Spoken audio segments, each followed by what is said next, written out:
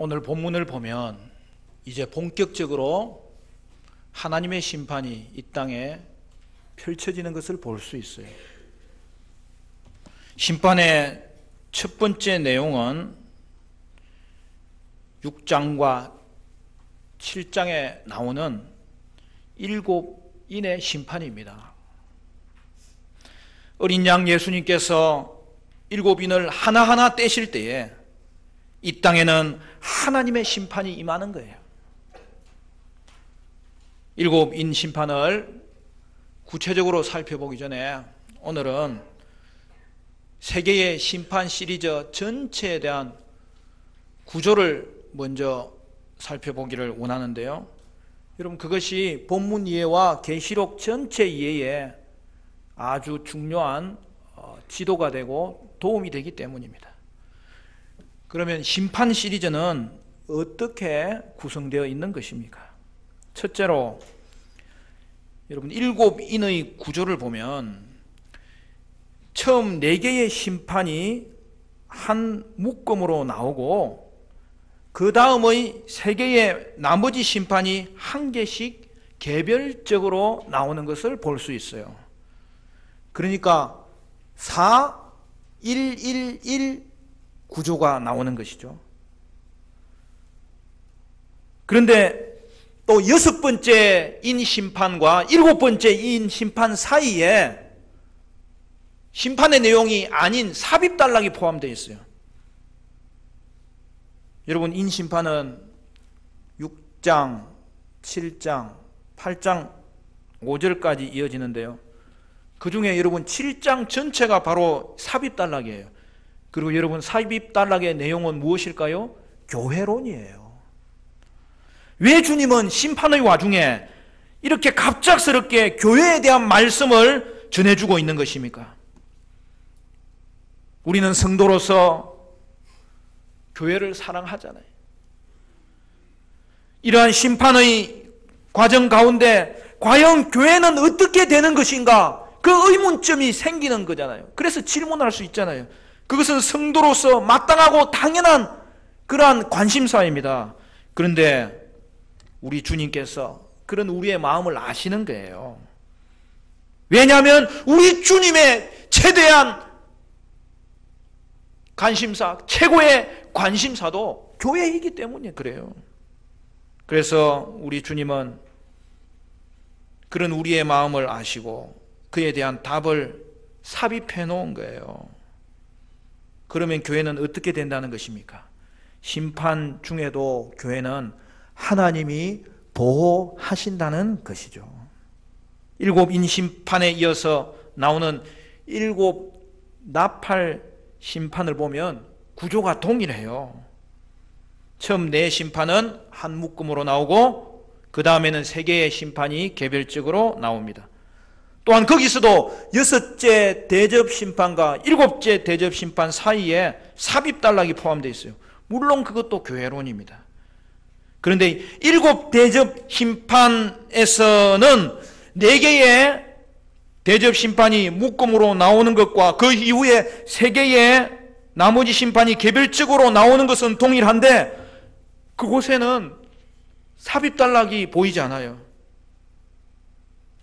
그러나 삽입단락이 없는 게 아니에요. 7인 심판과 7 나팔 심판 이후에 7 대접 심판이 진행되기 그 바로 전 그 사이에 삽입단락이 있는 거예요. 우리는 그 부분을 큰 삽입이라고 이야기해요. 왜냐하면 여러분 그게 12장, 13장, 14장에 걸쳐서 소개되고 있기 때문입니다.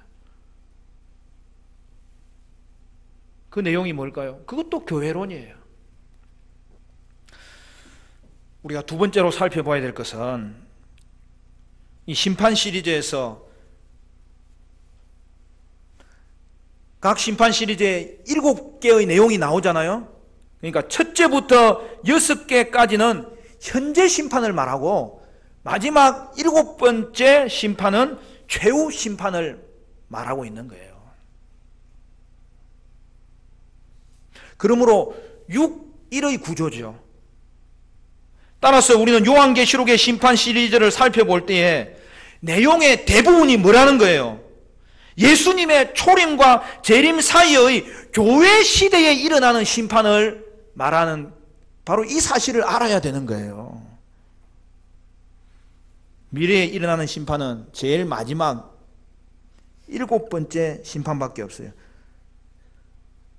7째 심판도 최후 심판의 구체적인 내용을 제시하는 것이 아니라 최후 심판의 성격이 무엇인지를 보여주는 데 집중하는 것이죠. 여러분, 요한계시록은 크게 4개의 환상으로 되어 있다고 이야기했어요. 지금 우리가 살펴보는 것은 이제 본론입니다.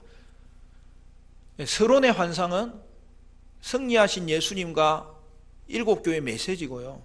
이제 본론에 들어왔을 때 본론에도 환상이 하나밖에 없어요. 우리가 하늘 성전의 모습을 살펴봤잖아요. 그러니까 본론의 내용은 하늘 성전과 심판 시리즈 환상이죠. 그러므로 오늘 우리가 읽은 이 본문은 이제 6장부터 16장까지 이어지는 심판 시리즈를 살펴보는데, 여러분, 요한계시록에서 이 부분이 가장 많은 내용을 차지하는 거예요. 그래서 본론인 거예요. 우리는 하늘 성전 환상에서 어린 양 예수님이 하나님 보좌 우편에 앉은 것을 보았고, 그가 두루마리를 취할 수 있는 합당한 자라는 것을 살펴보았고, 그가 승리하신 예수님이라는 사실을 살펴보았습니다. 그러므로 이어지는 심판 시리즈의 의미가 뭐라는 거예요? 천상에서 이미 이루어진 예수님의 통치가 이제 땅에서 드러난다는 거예요. 땅에서도 이제 이루어진다는 거예요. 그리고 그 하나님의, 그 예수님의 통치의 가장 큰 특징이 뭐라는 거예요? 이 땅을 향한 심판이라는 거예요. 근데 여러분, 심판과 구속은 같이 진행되는 거예요. 왜 그렇습니까? 세상을 향한 심판은 교회를 위한 이 구속의 전제 조건이 되는 것이죠. 이 세상을 멸하는 것이 결국에는 교회를 승리케 하는 하나님의 방법이고, 이 세상을 주관하는 근본 원인이 되는 사탄을 멸하는 것이 결국 이 땅을 회복시키는 하나님의 구원을 이루는 것이 되는 거죠. 그러므로 여러분, 세상의 심판은 반드시 있어야 되는 거예요. 따라서 심판 시리즈의 내용은 뭐라는 거예요? 승리하신 그리스도가 하늘에서 왕권을 가지셨으므로 이제 이 땅에서 그의 왕권이 펼쳐지는데, 현재 이 땅에 심판이 이루어지고 있다는 사실을 세밀하게 가장 많은 분량으로 보여주고 있다는 것이죠. 이제 우리 예수님은 첫 번째 인을 떼심으로 그 심판이 펼쳐집니다. 많은 사람들이 계시록을 볼 때 이제 이 인심판부터 펼쳐지는 심판의 내용 때문에 계시록을 무서워합니다. 그러나 여러분, 성도는 계시록을 무서워할 필요가 없어요. 왜냐고요? 계시록에 나오는 심판 시리즈의 대상은 세상이라는 거예요. 교회가 아닌 거예요. 여러분, 출애굽 당시에 구약 성경에 보면 그 10가지 재앙이 누구에게 내려지는 겁니까? 바로와 그의 백성에게 내려지는 거예요. 하나님의 백성은 머리털 하나도 상하지 않았어요. 구약에 나오는 10가지 재앙이 하나님의 원수였던 애국 왕과 애국 백성들에게 임한 것처럼, 오늘 계시록에 나오는 하나님의 심판 시리즈도 하나님의 백성이 아니라 하나님의 원수인 사탄과 세상에게 반드시 내려질 것을 성경은 보여주고 있는 거예요. 물론 성도도 이 땅에서 고난받죠. 그러나 여러분, 우리 주님은 이 땅을 심판으로 다스리시고 저와 여러분을 구속하셨고, 계속적으로 그 구속을 심도 있게 만들어가는 그 과정에서 현재의 심판 가운데서도 성도는 연단을 당할 뿐이지 결코 재앙이 임하지 않는다는 것을 요한계시록은 분명하게 가르쳐 주는 것이죠. 그러므로 사랑하는 성도 여러분, 여러분은 계시록을 읽을 때마다 심판의 말씀이라도 그 말씀 안에 있는 하나님의 주권자 되심과 성도의 보호하심을 살펴보므로 이 말씀이 저와 여러분에게 위로의 말씀, 소망의 말씀, 이 세상을 분별하는 지혜의 말씀, 능력의 말씀 될 수 있기를 주님의 이름으로 간절히 축원합니다. 세 번째, 세계의 심판 시리즈, 즉 일곱 인심판, 일곱 나팔심판, 일곱 대접심판의 관계가 무엇인지를 살펴봐야 됩니다. 거기에는 공통점과 차이점이 있어요. 결론적으로 이미 말한 부분이지만 인심판과 나팔심판과 대접심판의 공동점은 이 모두가 예수님의 세상을 향한 현재 심판을 말하고 있다는 것이죠. 그러므로 여러분, 세 가지 심판 시리즈에는 심판에 대한 다양한 묘사가 나올지라도 내용은 동일합니다. 세 가지 심판 시리즈는 현재 이루어지는 세상을 향한 하나님의 부분 심판을 말씀하는 것이죠. 그러므로 여러분, 계시록을 읽을 때 하나 짚고 넘어가야 되는 것은, 여러분, 계시록에 나타나는 내용의 80% 이상은 예수님의 초림과 재림 사이에 있는 교회사에서 일어나는 일들을 가르쳐주고 있다는 것이죠. 그리고 나머지 20%는 재림 이후에 일어날 일을 가르치는데, 그것도 특별히 어디에서 나타난 거예요? 결론 부분에. 이제 오늘 이 본론 환상이 끝나고 나서 결론 환상에는 두 가지가 나오는데 거기에 집중해서 나타나고 있다는 사실이죠. 그러므로 우리는 계시록의 말씀을 읽을 때 오늘 이 말씀은 지금 우리에게 주시는 말씀이고 지금 이루어지는 하나님의 심판을 보여주는 말씀이고 그것에 각성하여 주님 앞에 돌아오도록 이 말씀을 우리에게 주셨고, 그럼에도 불구하고 그 모든 심판에 대상되는 세상 가운데서 하나님이 성도에게는 보호하시고 인도하시고 보살피시고 긍휼 베풀어 주신다는 이 사실 앞에서 오늘 우리는 계시록의 이 말씀이 우리에게 양식이 되어야 되는 거예요. 그러면 현재 심판의 의미가 뭐예요? 현재 심판은 최후 심판을 미리 보여주는 거잖아요. 그러므로 심판 시리즈 이후에 나오는 계시록의 결론이 뭡니까? 결론부에는 두 가지 환상이 나와요. 하나는 최후 심판이 있을 것과 그로 말미암아 큰 성 바벨론이 멸망할 것을 가르쳐 주시고, 다른 하나는 새 창조가 있을 것과 그 새 창조의 주인공인 새 예루살렘, 그 교회가 이 땅에 도래할 것을 말씀하고 있는 것입니다. 따라서 심판 시리즈는 오늘 우리에게 인간의 죄악으로 인해 현재 이루어지고 있는 세상의 심판을 보여주면서 지금 주권자이신 하나님께 나와 회개하라고 요구하고 있고 이 말씀을 펼쳐주고 있는 것입니다. 여러분, 지금은 심판도 있고 구원도 있는 시대예요. 그러므로 지금은 회개할 수 있는 기회를 얻을 수 있다는 거죠. 그러나 회개의 기회가 영원히 주어지는 것이 아니에요. 하나님은 오래 참으시는 분이시지만 그의 참으심은 영원히 계속되지는 않는다는 것을 명심해야 돼요.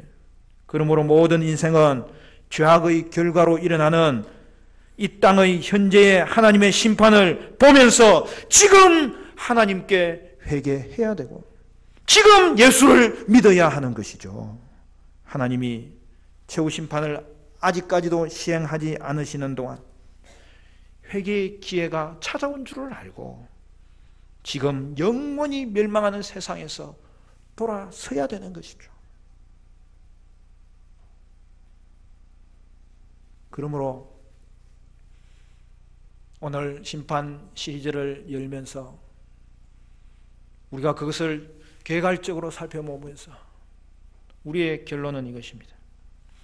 여러분, 일곱 인심판과 일곱 나팔심판과 일곱 대접심판은 시간적 순서가 결코 아니라는 거예요.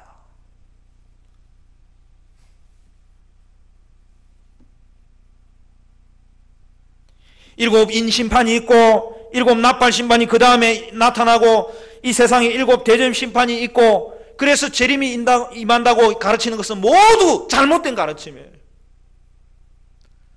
그래서 성경을, 이 구조를 먼저 파악하는 것이 그렇게 중요해요. 그리고 여러분, 인심판 안에서도 첫 번째, 두 번째 계속 이어지잖아요. 첫 번째부터 여섯 번째 심판도 시간적인 순서가 아니라는 거죠. 그러니 무슨 말입니까? 이 모든 심판은 동시에 일어날 수도 있고, 또한 예수님의 초림과 재림 사이의 역사에서 계속 일어나는 현상이라는 것을 성경이 보여주고 있는 것이죠. 그러니까 인심판이 있고, 다음에 나팔 심판이 있고, 그 다음에 대접 심판이 있는 것이 아니에요. 세계의 심판 시리즈는 한 개씩 연결해서 나열되는 심판이 아니고, 예수님의 세상을 향한 현재 심판이라는 한 가지 주제를 세 번 반복해서 묘사하는 거예요. 그러니까 여러분, 그림으로 생각하면 이렇게 생각하면 안 됩니다. 인심판, 다음에 나팔 심판, 그 다음에 대접 심판이 역사 가운데 펼쳐질 것을 보면서 이 심판에 있는 한 구절 한 구절을 역사에 대응하는 것은 결코 맞지 않다는 거예요. 그렇게 나열되는 게 아니에요. 어떻게 보면은 3층으로 되어 있는 거죠. 하나의 건물이죠. 여러분, 이것만 알아도 요한계시록의 구조가 열리는 거예요.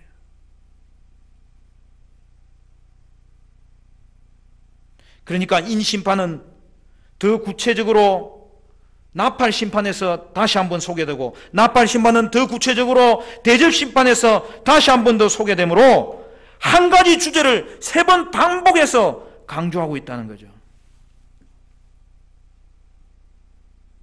여러분, 이게 요한계시록의 구조예요.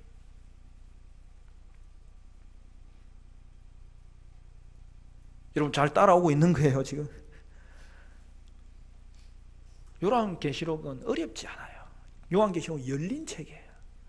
구약의 배경을 따라서 구조적인 내용을 잘 이해할 수 있다면 요한계시록은 우리에게 열린 책, 은혜가 되는 책, 복된 책. 그래서 여러분, 요한계시록은 성경의 마지막 책이잖아요. 그러니까 계시의 절정이 밝혀짐으로 성경 전체가 열리는 우리에게 복된 성경 말씀이라는 사실이죠. 여러분, 세 가지 심판 시리즈의 차이점은 뭡니까? 그것은 인심판과 나팔 심판의 주된 대상은 세상이에요. 즉 자연계와 인간이라는 거예요. 반면에 대접 심판의 주된 대상은 누구냐 하면 자연계와 인간 심판의 주된 원인이 되는 자, 누구예요? 사탄이죠. 그래서 사탄과 그 하수인들에 대한 심판, 지금의 심판을 집중적으로 가르쳐주고 있다는 거예요. 그 중에 대표적인 것이 그들은 이미 예수님의 십자가로 말미암아 패배했다는 거예요. 그러나 아직 마지막은 아니기 때문에 무지경에 갇혀 있다는 거예요. 그럼에도 불구하고 이 땅 가운데서 우리에게 두려움으로, 어떤 애는 속임수로, 우리를 유혹함으로 우리를 무너뜨릴 수 있다는 것과, 그럼에도 불구하고 그것이 하나님의 주권하에서 이미 심판받은 상태에서 그들은 행한다는 이 사실을 우리에게 보여주고 있는 것이죠. 인이 떼어질 때는 세상의 4분의 1이 멸망을 당합니다. 나팔이 심판으로 나타날 때는 세상의 3분의 1이 멸망을 당합니다. 이제 대접의 심판을 보시면 세상 모든 전체에 영향을 미쳐요. 왜 그래요? 사탄이 그렇게 하기 때문이죠. 그러므로 여러분, 심판 시리즈에서는 심판의 강도가 더욱 심해지는 이 점강법이 나타나는 것을 볼 수 있습니다. 그런데 그것의 의미는 무엇일까요? 그렇다고 이것이 재림이 다가올수록 심판의 강도가 세진다는 것을 묘사하는 것이 아니에요. 동일한 내용을 다양하게 묘사하는 것이라고 이미 밝혔잖아요. 우리는 세 가지 심판의 강조를 보면서, 그리고 그것의 표현이 강해지는 것을 보면서 뭘 알 수 있습니까? 심판이 얼마나 심각한지를 알 수 있는 거예요. 그리고 그 심판이 얼마나 확실한지를 알 수 있는 거예요. 현재 심판은 최후 심판의 암시라고 했습니다. 그러므로 세상의 통치자이신 예수님에 의해 행해지는 현재 심판이 심각한 것을 깨달으라고 말하는 것이고, 그로 인하여 최후 심판이 임하는 것은 얼마나 확실하며 얼마나 심각한지를 우리에게 보여주고 있는 것이죠.